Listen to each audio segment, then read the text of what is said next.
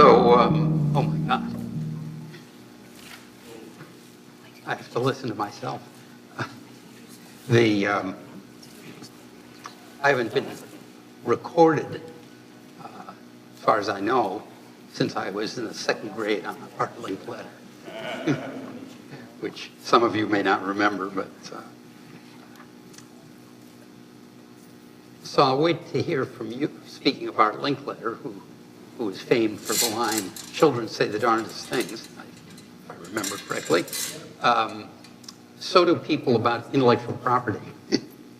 It's just amazing who they'll depend on for advice, the confusion. It's amazing that we're not all arrested for infringement. So let me ask, how many people have actually filed their own trademark? Huh? Sorry, it was a copyright, not trademark. Oh, yeah, well, there's copyright too, but we're talking about trademarks today. So that was only a small number. How many have used LegalZoom? Okay, only one, two. And how many have actually paid a lawyer to do it? So a modest number. And how many have never caused a trademark to get filed? Or I should say, of course, a trademark application. But since one has a trademark, if you think of a name that you're using for your business and product and stuff, you've got a trademark if you're using it in a reasonably trademarkish way. So a corporate name in and of itself is not a trademark, but you may end up using it in the trademark sense, which we'll come to in a little bit. How long do I have to talk from starting right now? All of trademarks in 20 minutes. I just should... Let me think about that. That's even less than I anticipated. So I want to try and think of what's the most... Let me grab 5 comments or questions to sort of get the temper of the audience. Somebody willing to volunteer? Yeah. How much would it cost to trademark my name? Pardon? How much would it cost to trademark my name? Your own personal actual name? Well, that raises issues because in general you can't trademark names. Oh, or did you mean the name of your business? Well, you can't trademark just the name of a business unless you can show that that name is associated with some product or service. Because I'll jump ahead, I'm never going to follow these notes. I mean, unless I learn to talk at 200, 300 words a minute.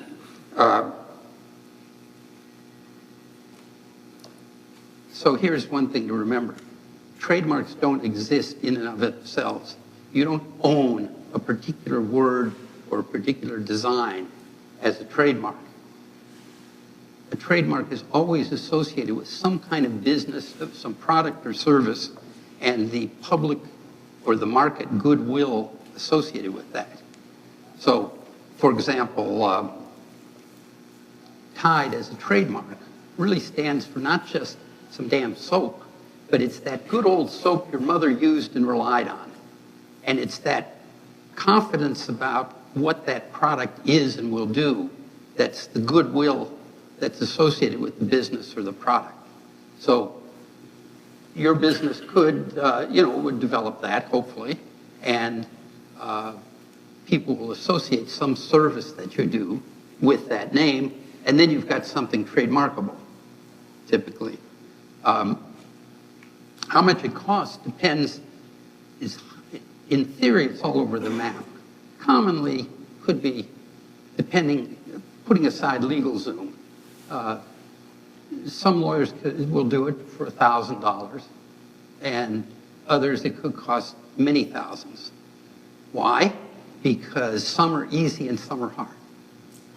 Some just go through like that, and others you're practically holding out a red flag for the Trademark Office, and you may have a fight on your hands to take. And I'm only going to speak about U.S. trademarks. International, it's just a whole different story. But I will say the trademark rights are country by country. You don't get rights in another country to a trademark. Oh, thank you. The point is, if you're pushing the envelope on that, then you get resistance from the Trademark Office, and your attorney is going to be going back and forth, or is going to have to do a lot of research to overcome the argument that the Trademark Office is making for not registering the mark. Now, let me put in a big bracket here. You notice I said you have a trademark. That is true whether or not you register it with the U.S. Patent and Trademark Office, because there's a category called common law rights, and those are the rights that come just by using it. And they trump you, assuming you're not infringing somebody else. First to use trumps everything. There are probably some qualifications, but I'm not debating this with lawyers in special circumstances. So why register? Well, the benefits, you get a number of benefits from registering your mark. On the one hand, once you file, and assuming that the mark is approved by the Trademark Office, it's equivalent to notifying everybody in the United States.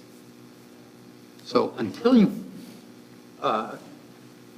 so at this point, if you haven't done anything about registering it, somebody could open a business, in theory at least, with the same name in Florida. And this frequently happens with things like restaurants, because the rights you get in the use of your name only cover the market that you're operating in.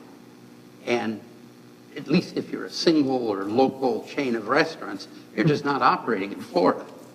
So your rights don't go there. And I had a client that was doing basically software for lawyers. They were in business many years, and they never filed a trademark application. They weren't a client at the time. Otherwise, it was 15, 20 years. So there was a company in Florida that was using the same name. Fortunately, this client was doing business already in Florida, even though they're basically were a local company covering most local stuff. You could get a disc with the court rules of every court in California. But apparently there were some Florida lawyers who did business, legal work here often enough that they needed those court rules, I guess, to periodically appear here. So they had bought it over, by mail or whatever. I guess it was discs in those days. So, yeah. But if you've got an easy mark, $1,000, $1,500 should do it, and some lawyers will do it for less. For instance, if your mark is PDXRW, some nonsense string of letters, you're not going to have trouble likely with infringing anybody else who has the same mark, and it doesn't violate any of the many rules that the Trademark Office has about unacceptable marks.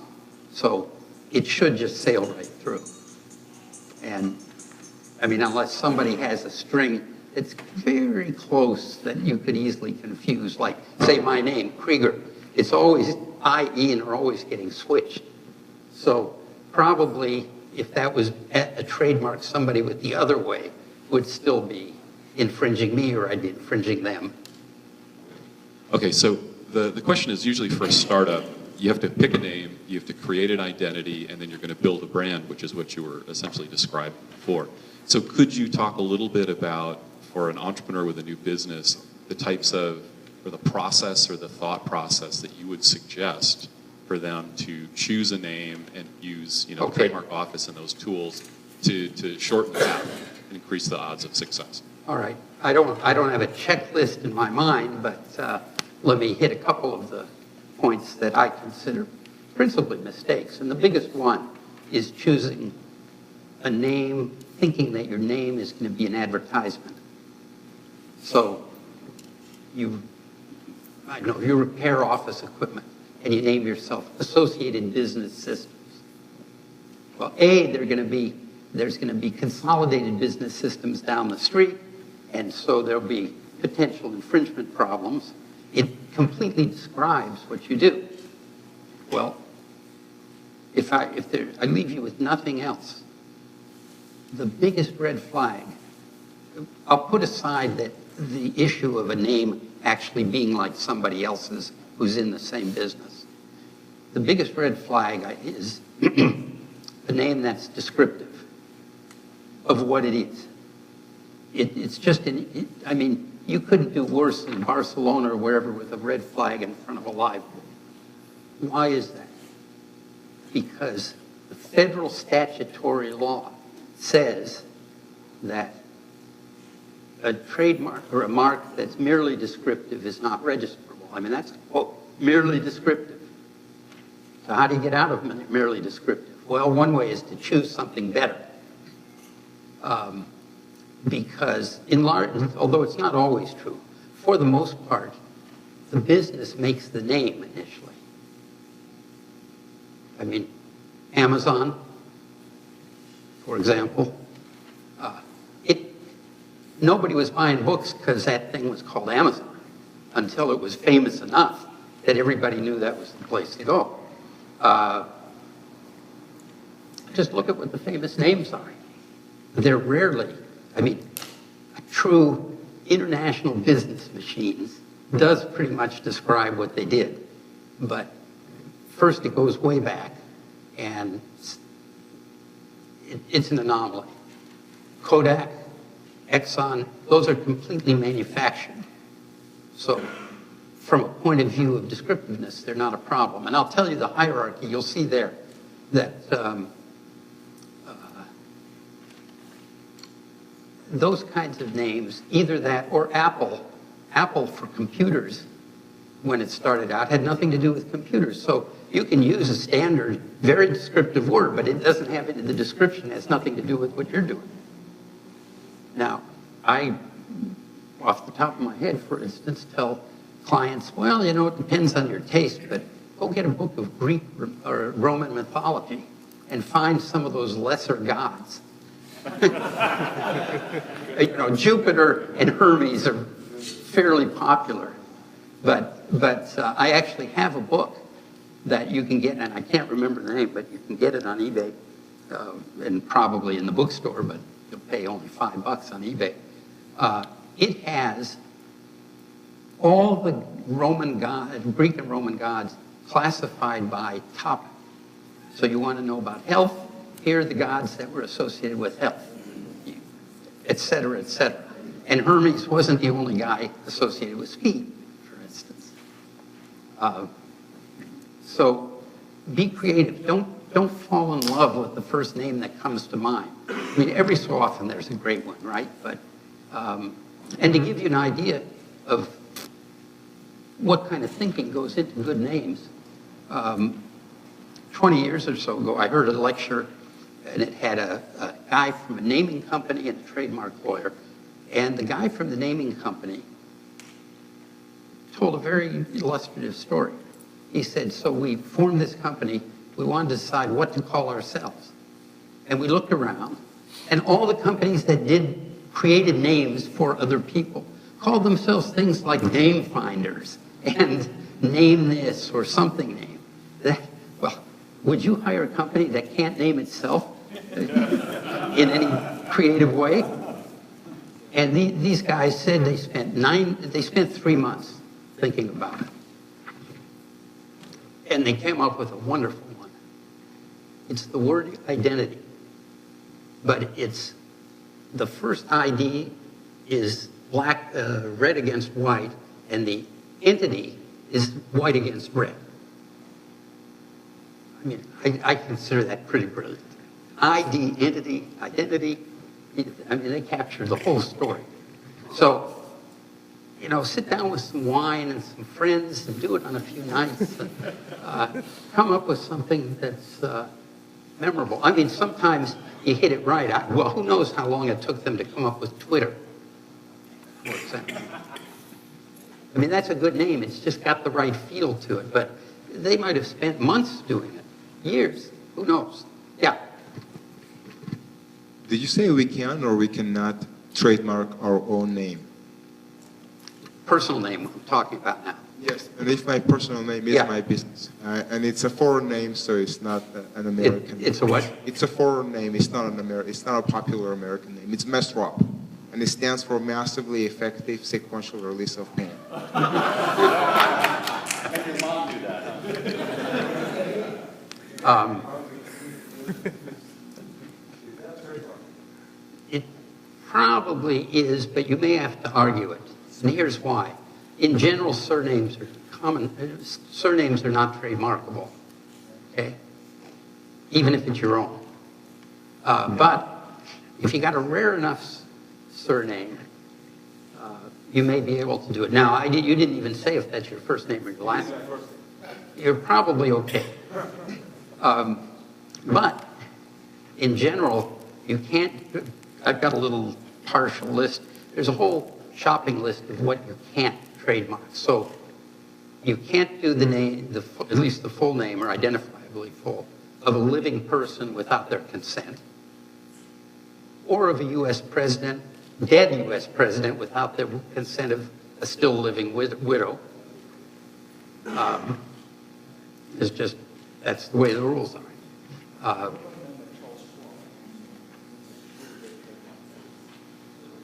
I haven't looked if they have the name strictly trademarked or not. But some of the prohibitions you can get around by the following.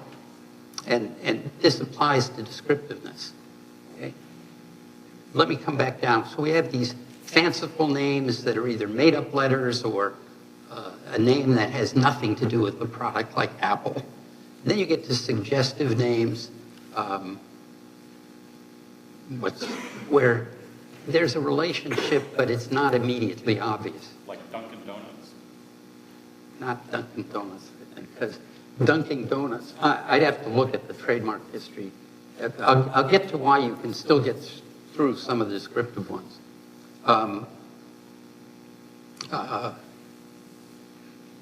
One that actually was suggestive, the Trademark Office at first refused it, and we get this refusal after going back and forth with the examiner. You can go up on appeal to the Trademark Trial and Appeal Board. And the name was, it was an office products company. And they called themselves Corporate Resources. Well, Trademark Examiner said, perfectly descriptive, for God's sake.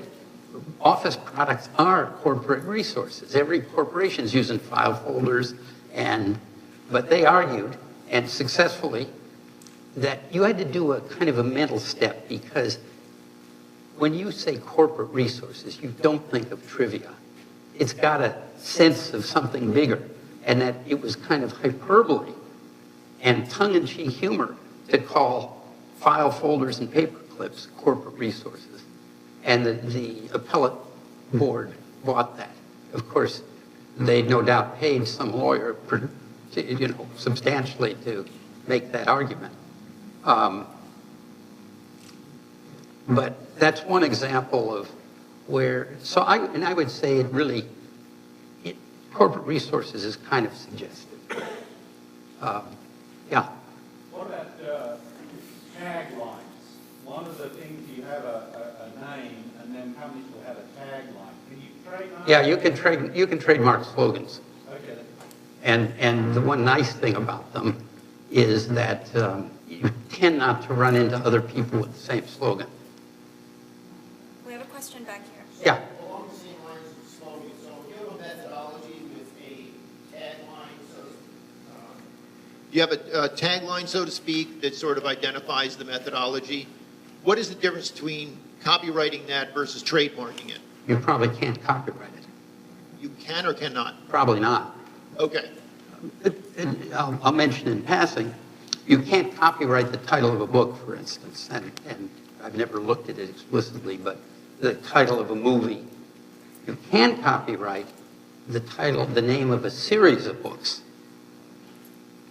And the kind of thing that a lawyer would help you with, and you might never discover yourself. Suppose you file an application. This is copyright, but I'm sure it's reasonably welcome. You file an application to, excuse me, you can trademark. The point, to trademark the title of your one book. And then they say, we've got a number of problems with it, blah, blah, blah, and one of them is you can't trademark book titles. Well, by that time, if you've come out with another book, you're home free. So trademark delay is very valuable with trademarks. Maybe it would help if you could give concise definitions of the difference between trademarks, patents, and copyright. Well, okay. You'll see a little comment about comparing these different types of intellectual property. So copyright protects, essentially, the catechism is the expression of an idea. It doesn't protect an idea. So the classic is Romeo and Juliet and West Side Story are more or less the same story. I mean, you know, young people fall in love, families don't like it, a bunch of people fight, some people get killed, same story. But the details are quite different. And so it's that difference that's copyrightable, that makes it copyrightable. And that's why, of course, the copyright would have expired on Shakespeare, but there's no infringement, no copyright infringement. So that's copyright. Patents are the, you know, about ideas, usually for mechanisms and functioning things. And you can't just walk around and say, oh, I got this wonderful idea for a thing called, that'll be ultimately called Rubik's Cube, of a puzzle that's got these properties without some mechanism in there. So that's the nature of patents. And that you set me up for the rhetorical question I have in there. So can you use what you know about patents at all for copyrights or for trademarks and vice versa? There's a great tendency to want to analogize something in one with something in the other. Don't. They got nothing to do with each other. Nothing. Zero. It'll lead you in the wrong direction. I think I also asked in the little written thing, but rhetorically, sort of, do they have anything in common? Well, I guess you got to pay lawyers to deal with them. But some of it you can do yourself. They're all in D.C. They're all administered in D.C., if we count Virginia, just across the river. So that's probably the biggest thing in common. And the strange thing is putting trademark and patents together, because they're completely different. The trademarks, you know, to oversimplify it, are a sort of a consumer-related thing. And it's between you and the rest of your market. A patent is something you get for yourself. You've invented this clever thing, and you can just sit on it for years, paying periodically fees to the patent office. So they're really all different animals. Further question? I'm wondering if you could speak a little bit on in the physical act of registering a trademark and the need for registering in certain categories of products or services. Like, let's say if you're registering a trademark in apparel, but let's say like what? I missed. If you're registering a trademark for something that's currently on apparel but might be expanding into home goods or something that has nothing to do with apparel, do you have to register multiple times? Yes, roughly speaking. The Trademark Office divides the world in, well, it's actually in international divisions. They speak of international classes. Those classes are different categories of goods and services. So, for example, basically all paper goods, books, are international class 16. Okay? Now, I believe also just reams of paper from Hammermill that you buy at Staples are also class 16. So, and I think the reason is that to some degree they're trying to keep it so that they get examiners that are at least vaguely familiar with what they're dealing with. So, you know, class 1 or 2 is something like oils and grease, and that ain't the same as software, right? So, because the examiner has to have some perspective of what the market is about, generally, to, if nothing else, to know if you're BSing them at some point. So, there are all these classes, and the most relevant aspect, which I'm sure you have in mind, is that you could file under multiple classes, assuming it makes sense for what you're doing. But you got to pay the trademark fee for each class. So one little trick, well, you can do usually, is you just don't put the class in when you do the filing. And you only pay you pay for one class. The examiner is going to come back and say, you've got 3 classes here. Either drop this aspect of what your description of your stuff was, so you only are down to 1 class, or pay the rest. But you can at least defer paying the fees that way. And I guess I've got Exhibit A here is Steve Loyola, who some of you probably know, who we did a trademark. My gosh, it was 16 years ago, I think. I think it was filed in '99. And the original filing had a description of what it was. Steve was doing, well, he was doing several things, but the one was, and this will illustrate a lot of points, best book buys. And what was it? You go to his site, and it pulled up, and you said, I want this book, and it pulled up a couple dozen, which was a lot then, online booksellers, compared the prices and the shipping charges. Well, what's wrong with this picture? Well, it's pretty descriptive. What did I know? Well, yeah, I mean, you didn't know any better, and the guy, most people don't. But eventually we got it through. And so I'll tell you, one of the ways of beating, doesn't always work, you're not always in a position, but Steve was perfectly positioned for this, is to show that the public, I mean, best book buys isn't like it. The worst you could do is generic. We had suggestive, descriptive, generic, you can't do. So you cannot register under any circumstances the word soap for soap. Why? Because you'd be taking it out of the vocabulary. Everybody else who sells soap couldn't describe their own product. And similarly, there'd be a product with somewhat of a problem with best book buys, because if I tell you, well, you know, if you want the best book buys in Pasadena, go down to Broman's. I'm not talking about his site. Can he take those 3 words out of the English vocabulary? Well, the Trademark Office doesn't want him to do it. But Steve was advertising in college newspapers, and pretty soon the public, enough of the public, started hearing best book buys, and they knew they were hearing it either in capital letters or lowercase letters according to the context. So if I said, go online to best book buys, even without saying .com, you'd probably know. So if you can submit, that suddenly makes the potential mark, or the mark, potentially registerable, because it's what they call, it's acquired secondary meaning. Also said to be, it's become distinctive. Well, this was an example of where delay helped, because unfortunately Steve, why don't you hold up or pass around, I made a few of these. This was one of the submissions we included to the Trademark Office to prove things. Well, it's a curve of the number of hits of his website going up. Or these were the buys, weren't they? Yeah.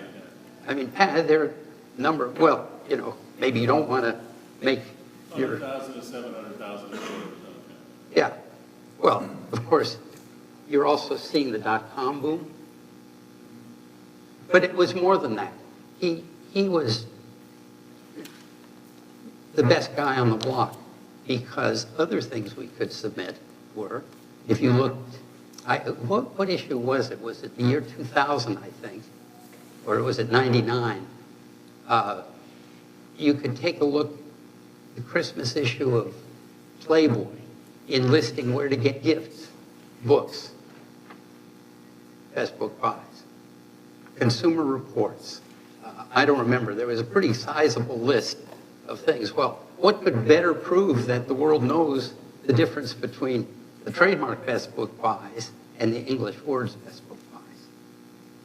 So if you don't have to be that good or that visible, but we submitted that as evidence. And of course, this could have been a bar chart. It's actually little stacks of books. Why? Just to catch the attention of the examiner. There was no substantive reason to do it in this pretty cute little way, but it means these examiners are looking at legal papers all the time. Suddenly they get in this thing, copied we didn't give them the Playboy centerfold, but we copied the page from Playboy, the page from Consumer Reports, MSNBC, all of those, so that this colorful little packet went in. It had to have stood out. And meanwhile, of course, one of the things when you're dealing with the Trademark Office, you usually have 6 months to respond.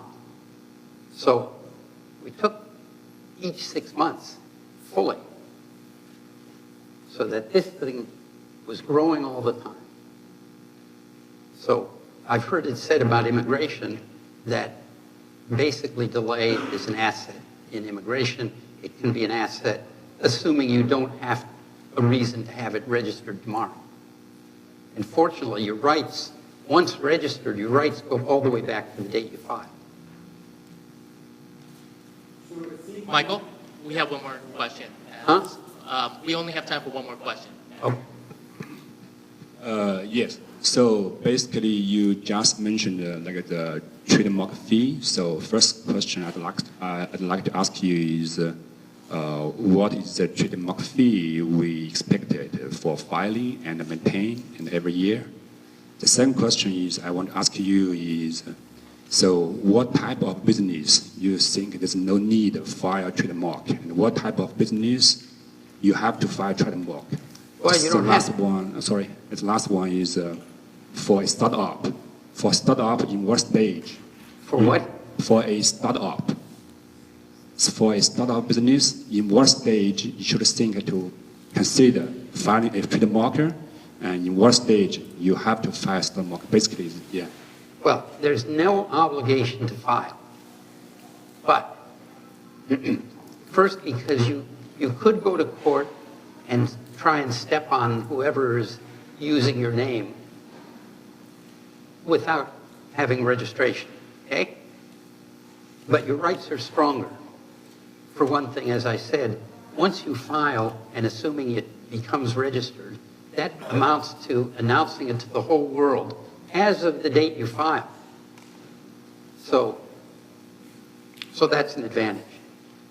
If you're in a kind of consumer goods that are subject to being counterfeited, of course that presumes probably considerable success. If you've got a registered trademark, you can get customs to watch at the ports for you, counterfeit stuff, for example. A lot of whether you need to register it depends on the competition. Depends whether you've come up with a name that, like Twitter. Twitter just is an appealing name, and you don't want somebody else to get anywhere near it. Let me say this, by the way. Before registering a name, get the domain name. Because the professionals in the domain name business who buy them and sell them, I believe, I haven't heard this personally, but if I were doing it, and these guys are plenty sophisticated, they can be watching the trademark filings because they're public. Within 2 or 3 days after you've filed the application, it's online. So with a little bit of dexterity, you can go figure out all the filings in the last week or something. One thing, be careful of, there's a lot of hucksters who look for the filings.